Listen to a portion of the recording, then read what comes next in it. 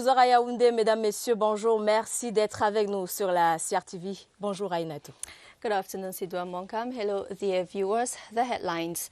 A funeral mass for late Stephen Tato, former captain of Cameroon's Indomitable Lions, is underway at the Yaoundé Multipurpose Sports Complex. In attendance is Cameroon's Minister of Sport and Physical Education, Professor Narcisse Mwele Kombi, representing the head of state. Curtains have been drawn on the second edition of the ICT Innovation Week, with eWaste 3D printer emerging overall winner of the national competition for the best ICT project of the year. The startup Zometia Nevis Tesab is our guest on today's Midday News. And our feature page today takes us to the far north region of Cameroon to discover the Cobra Rock of Boboyo, which has over the years attracted hundreds of tourists. A development of these stories and more in the next 30 minutes.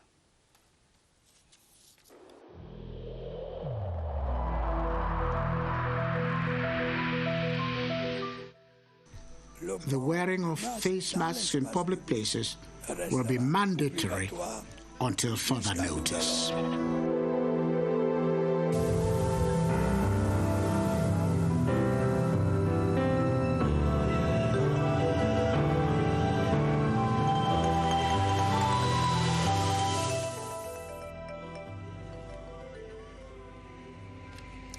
Merci d'être avec nous sur la CRTV, mesdames, messieurs. Dans l'actualité, ce samedi 29 août 2020, Stephen Tato, l'ancien capitaine des Lions Indomptables Génération 90, sera inhumé tout à l'heure au cimetière de Mvolié à Yaoundé.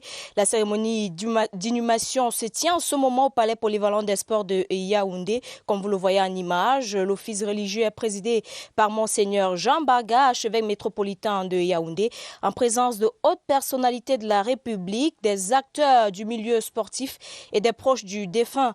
Dernier tournant d'un voyage pour l'éternité qui a débuté hier vendredi par la levée de corps à l'hôpital central de Yaoundé, suivi des hommages au palais polyvalent des sports de Yaoundé. Il faut dire que le ministre des Sports et de l'Éducation physique, le professeur Narcisse Mwele Kombi, représente personnellement le chef de l'État à ses obsèques et nous y reviendrons dans nos prochaines éditions. Et la journée d'hier, vendredi, était également marquée par la veillée d'hommage de ses pères. Une messe a été dite à l'occasion au Palais Polyvalent des Sports de Yaoundé. Cérémonie riche en couleurs que nous raconte Esther Aïmboko. En hommage au Capi Courage, comme aimait bien l'appeler ses coéquipiers. Des prières et des fleurs en guise d'adieu à celui qui conduisait l'équipe héroïque du Mondial 90 en Italie. Sa famille du football a encore du mal à réaliser cette triste réalité.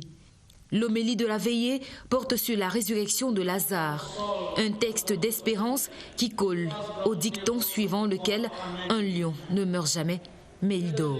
Famille, amis et connaissances ont vécu avec douleur, tristesse et émotion la messe dite en l'honneur du capitaine emblématique.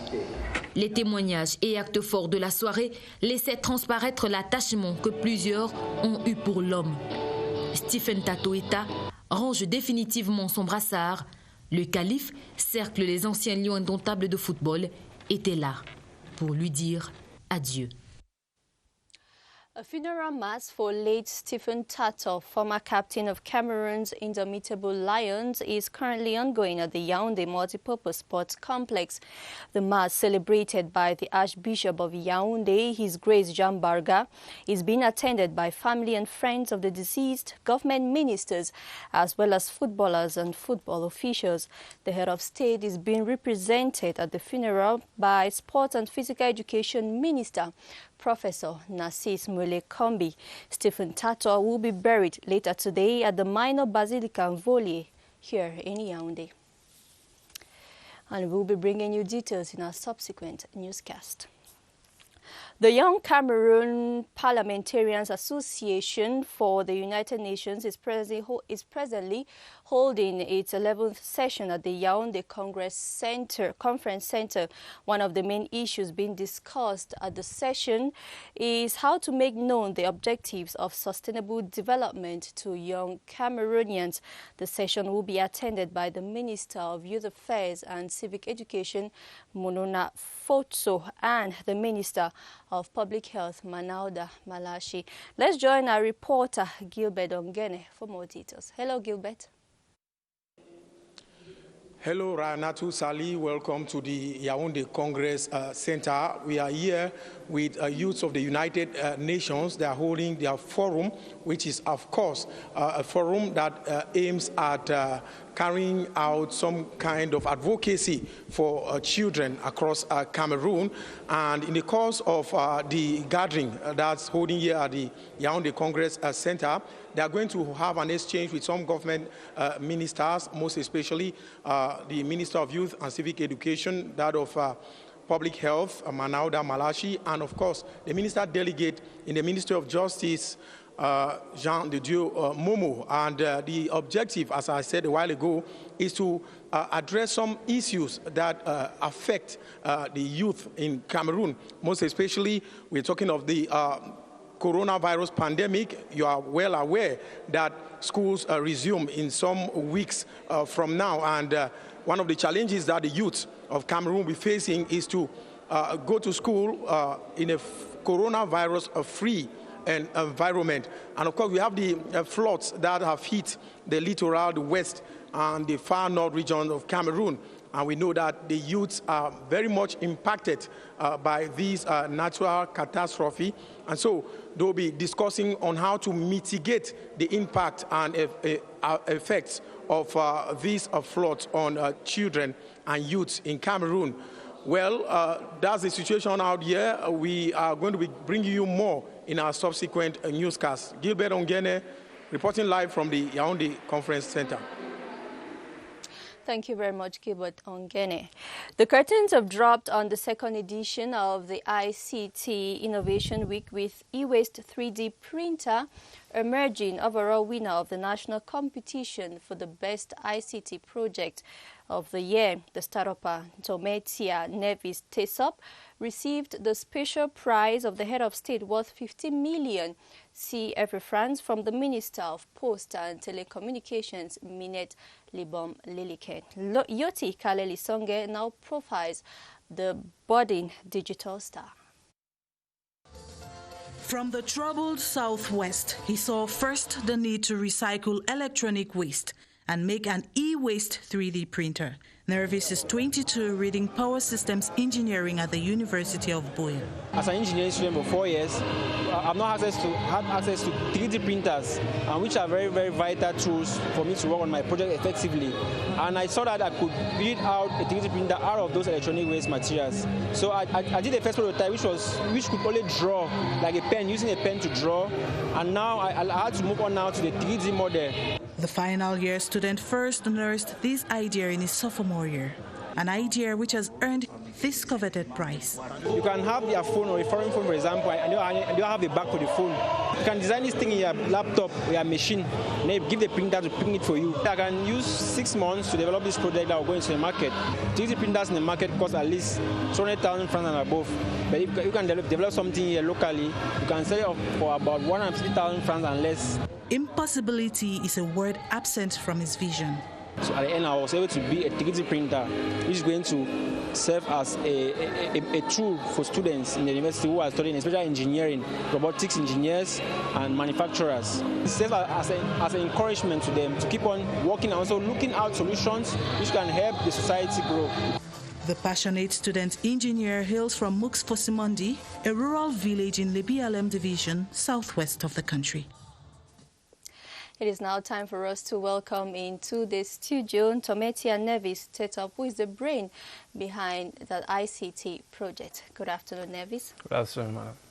Now tell us, what inspired you to come up with an e-waste 3D printer? Okay, as an engineering student, I've been studying engineering for 4 years now, and these are materials, or the 3D printer is a machine which helps us to work on our projects, but I do not have access to them. And looking around the environment, there's a lot of electronic waste being disposed around the environment, which causes pollution. So I thought it wise that I could use electronic waste and transform it to build a machine out of that. Now, why did you decide to name it the e-waste 3D printer? Okay, there are 3D printers in the market, but since I use electronic waste, I had to differentiate that from that by putting it electronic waste 3D printer. Now, you've received the Head of State Special Prize worth 15 million CFA francs. How will you use this money, or how will this money help you in your project? This prize that was given to me by the Head of State is going to enable me to do more research and get to more partners who are into product design, because, you know, the 3D printer is a product which we are working on, and it's going to go into the market. And this fund is going to help us to scale it up to something that can be sold. Now, what impact would your project have in society? This project is going to serve first as a motivation to other youths out there to take on possibilities, because there are endless possibilities out there. So it's going to motivate them, encourage them to identify problems around them and provide suitable solutions to them. And also provide jobs, because once we start mass production of this product, we are going to get more job opportunities. What are your plans for the future? My plan for the future is that we aim at opening a factory where we can do mass production of the 3D printers. Thank you very much, Tetop Nevis, and wish you all the best in your project. Thank you very much. Sidouane.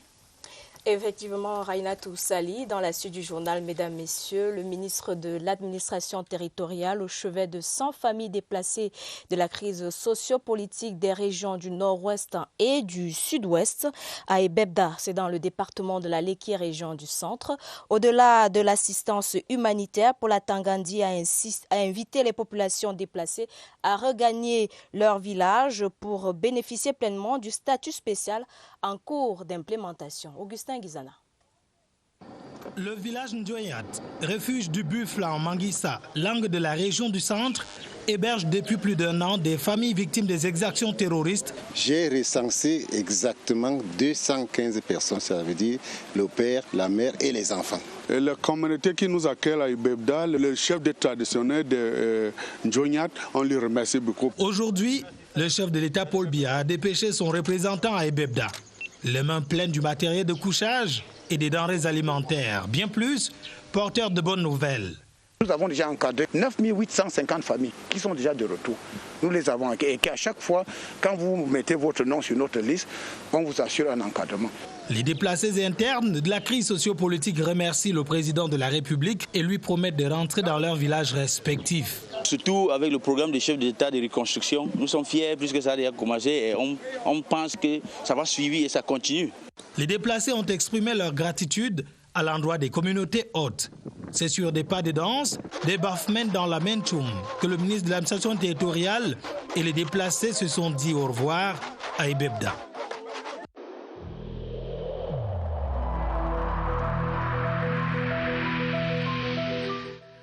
Il est essentiel que les mesures qui ont été indiquées soient absolument respectées par chacun de nous. Lavez-vous régulièrement les mains à l'eau et au savon ou à l'aide d'un gel hydroalcoolique. Restez à au moins 1 mètre de distance des autres personnes, surtout si elles toussent, éternuent ou ont de la fièvre. Si vous avez de la fièvre, de la toux ou des difficultés à respirer, consultez un médecin.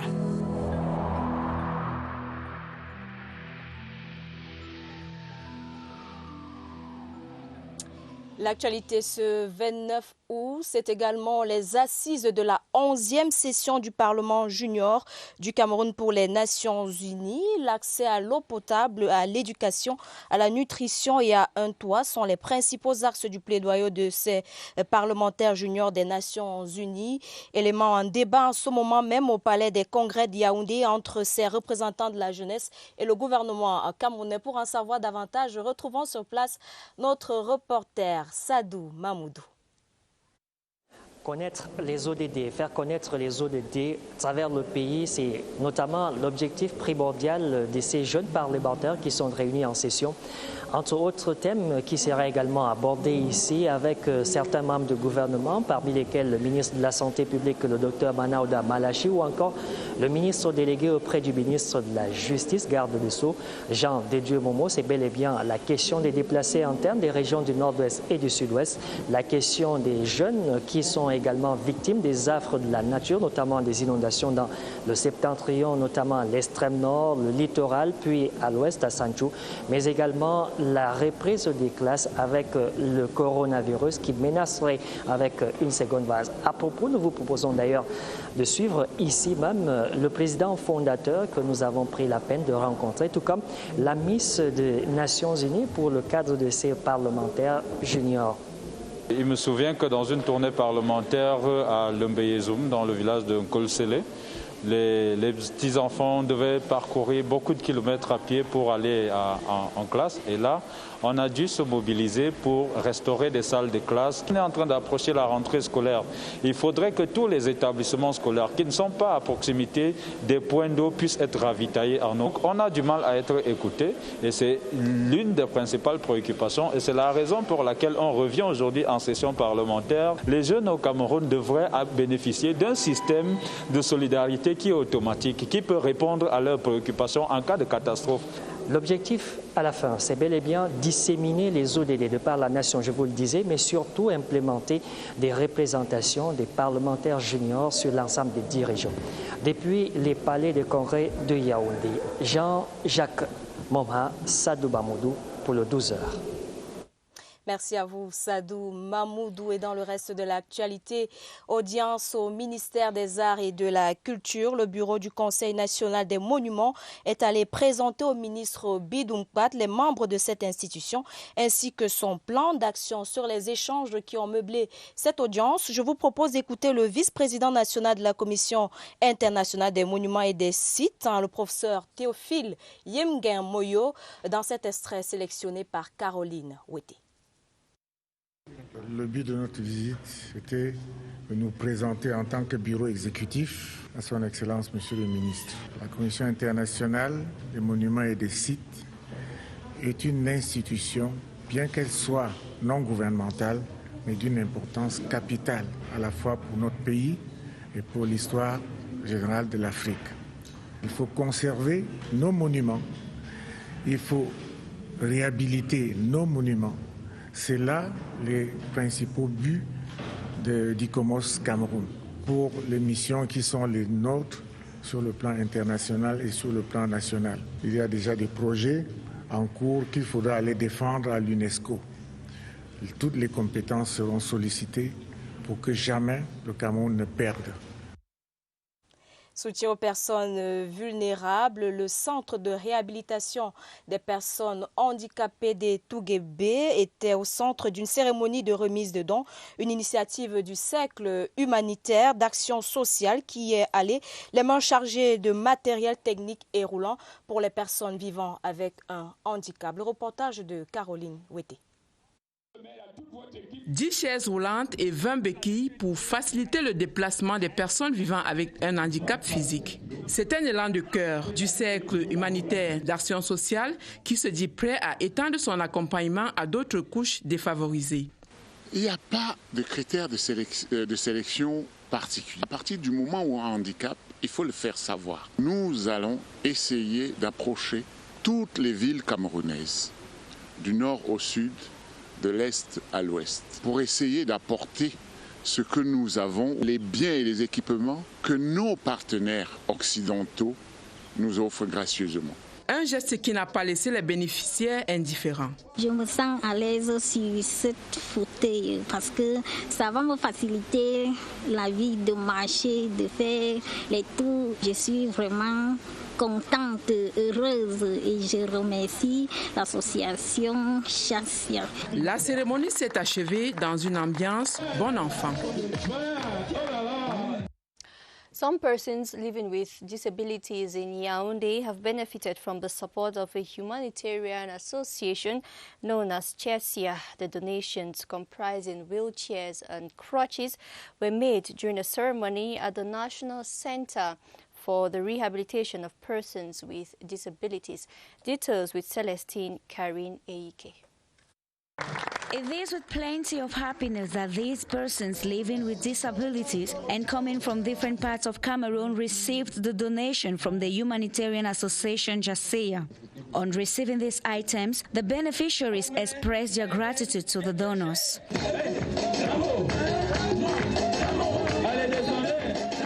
I'm very happy to have gotten my Biki from this association.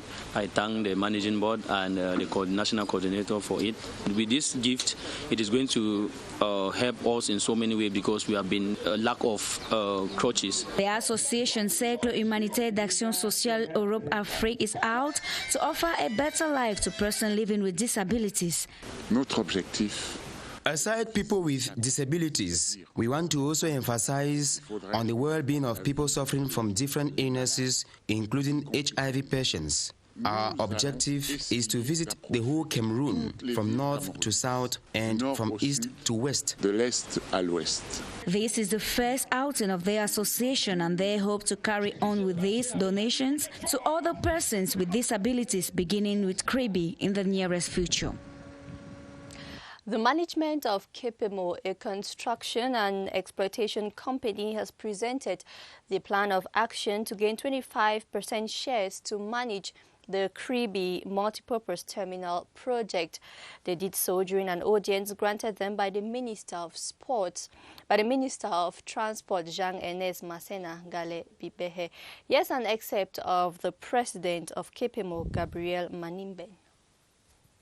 The content of the audience was to give our doléance to the ministry in connection with the multipurpose terminal at Kribi, on which we want to hold 25%, even more, to enable us to have a word in the managing of the company. And the second one is for the mineral terminal, with the construction of the railway from Congo, North Congo to Cameroon, with branch in Mbalam, Nabeba. Le nouvel ambassadeur de la République fédérale d'Allemagne au Cameroun, son Excellence Corinne Afrique, a été l'hôte du ministre Ailé Pierre de l'Environnement, de la Protection de la Nature et du Développement durable. Au menu des échanges, les questions de biodiversité et de changement climatique. Je vous propose d'écouter un extrait de son Excellence Corinne Afrique au micro de José Gaëtan Tchanga. Au centre de notre discussion, c'était la question comment soutenir le développement durable, la protection des ressources immenses de forêts et aussi de biodiversité au Cameroun et dans toute la région. C'est une tâche qui tient au cœur au gouvernement camerounais, mais c'est aussi une tâche pour protéger le climat mondial. L'Allemagne est à côté du Cameroun pour cette tâche immense qui touche aussi les aspects sociaux pour la population qui vit dans ces régions. Et cette actualité en religion, le diocèse de Kribi dans le département de l'Océan, région du Sud, accueille de nouveaux diacres, 3 hommes reçus dans la maison de Dieu que l'évêque du diocèse de Kribi, Monseigneur Damazinga Tangana, invite à aller proclamer la bonne nouvelle du Seigneur. Le reportage de Yves Landry Bandansimi, c'est à TV Sud. Au terme d'un parcours spirituel et académique de 7 ans, Jérémy Belobo, Adalbert Essomba et Jean-Marc Mbida sont désormais diacres. C'est une occasion d'action de grâce. D'abord, de rendre grâce à Dieu, notre Père, pour le don de la vie qu'il nous a fait. Une vocation qui n'a pas été facile dans le cheminement. Gratitude parce qu'un désir qui se concrétise aujourd'hui. À la paroisse Saint-Laurent de Nziou, L'évêque du diocèse de Kribi leur a recommandé engagement, dévotion au sein de l'Église universelle. Les nouveaux diacres, a martelé Monseigneur Damazinga Atangana, ne doivent pas être des mendiants itinérants à l'issue du rituel d'ordination qu'il a ordonnancé en présence d'une trentaine de prêtres. Lorsqu'on s'engage dans la vie consacrée, il faut retenir que Jésus est notre unique nécessaire. Quand vous serez sur le terrain, faites bien votre travail, faites confiance au Seigneur. Ces diacres ordonnés pour la première fois dans cette nouvelle chapelle, Saint-Laurent de Ziou, 1500 places, autre lieu que la cathédrale, doivent poursuivre le chantier de construction du diocèse. Une option de Monseigneur Damazinga Atangana, centrée sur l'église missionnaire, rôle qu'on assigne à ces nouveaux ouvriers apostoliques pour le rachat des âmes. We now take you over to the far north region, precisely to the locality of Boboyo, to discover the Cobra Rock of Boboyo. It is a snake-like rock which has over the years attracted hundreds of tourists, especially during the summer holiday. Ayukjan Ashu is our guide. The Cobra Rock of Boboyo in Mayokani division of the Far North region is enticing, auspicious and awesome. For many years now, it has been subject of attraction and wonder. The imposing rock shaped like the head of a spitting cobra whose visitors spellbound, while locals see this geographic feature beyond the natural. This Cobra Rock is an ancestral legacy for us. It is more or less like our deity. Although we no longer worship it today, it is full of history and symbolism. Just about an hour's drive from Marwa, chief town of the Far North region, it is believed that the Cobra Rock englobes wisdom, knowledge and integrity attributed to the people of Boboyo. Little wonder, therefore, that visitors and tourists keep pouring into this locality to savor the marvels of nature, especially during these summer holidays. Visual romance with the Cobra Rock is free of charge, and a try shall convince even you. Et c'est avec ces belles images de la localité de Boboyo dans la région de l'extrême nord que nous refermons ce journal, mesdames, messieurs. Merci de nous avoir suivis. Merci de choisir la CRTV. Bonne journée, Rainatou. Have a wonderful day, Sidra Monka.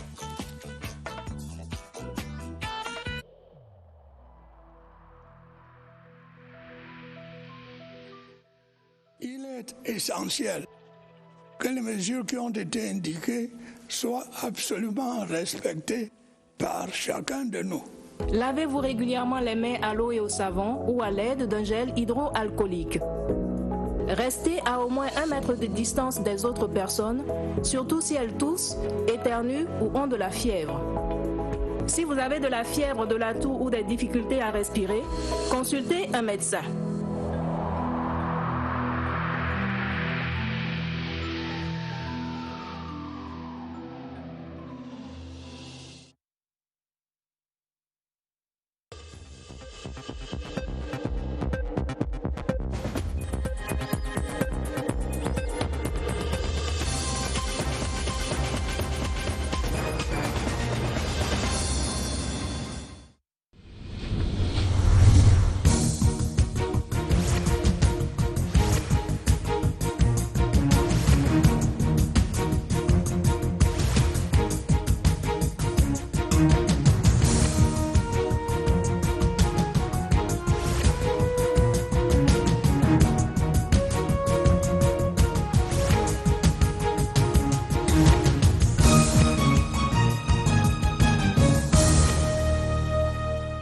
CRTV News, ici, toute l'info.